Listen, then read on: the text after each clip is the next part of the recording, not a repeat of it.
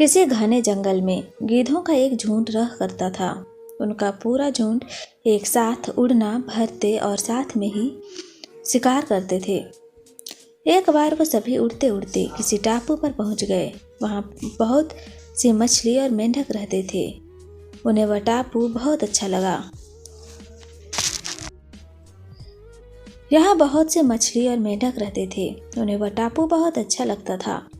उसके खाने पीने और रहने की सारी सुविधा नहीं दिखाई पड़ती थी। सभी बिना किसी मेहनत के भरपेट शिकार करते और खाया करते थे और उन्हें टापू पर असली में जीवन जीने के लिए सहारा मिलता था। उसी झुंड में एक बूढ़ा गीध भी रहता था। वह बूढ़ा गीध यह सब देखकर बहुत परेशान रहता था।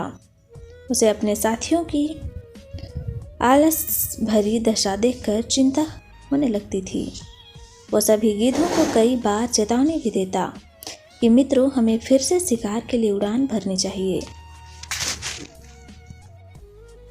ताकि हम अपना शिकार करने की कला को और भी मजबूत बनाए रख सकें। अगर ऐसे ही आलस करेंगे तो एक दिन हम शिकार करना तक भूल जाएंगे। इसलिए हमें जल्द ही अपने पुराने जंगल में वापस जाना चाहिए। कुछ दिनों के बाद उस बूढ़े गीध ने सोचा कि अब बहुत समय हो गया है, चलो उस टापू पर जाता हूँ और वहाँ पर अपने सगे लोगों और दोस्तों से मिलकर आता हूँ। यह बूढ़ा गीध जैसे ही उस टापू पर पहुँचा, वहाँ की हालत देखकर वह हैरान रह गया। वहाँ का दृश्य बहुत ही भयावह था। उस टापू पर मौजूद सभी गीध दिखाई दिए और वे सभी घायल हो गए थे।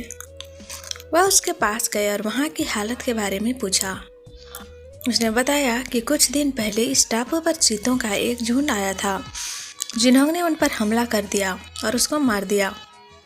हम लोग बहुत समय से ऊंचा उड़े नहीं थे, तो हम अपनी जान भी नहीं बचा सके और हमारे पंजों से उनसे मुकाबला करने की क्षमता भी कम थी।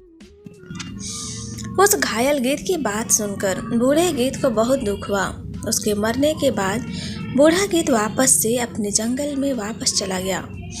कहानी से सीख, हमें हर हाल में अपनी शक्ति और अधिकारों की रक्षा करनी चाहिए। अगर आलस की वजह से अपना कर्तव्य करना छोड़ देंगे तो भविष्य में यह हमारे लिए घातक हो सकता है। तो आपको हमारी ये मॉरल स्टोरी कैसी लगी, हमें कमेंट बॉक्स पर सजेस्ट करिए और हमारे चैनल को लाइक, शेयर और सब्सक्राइब करना ना भूलें। धन्यवाद।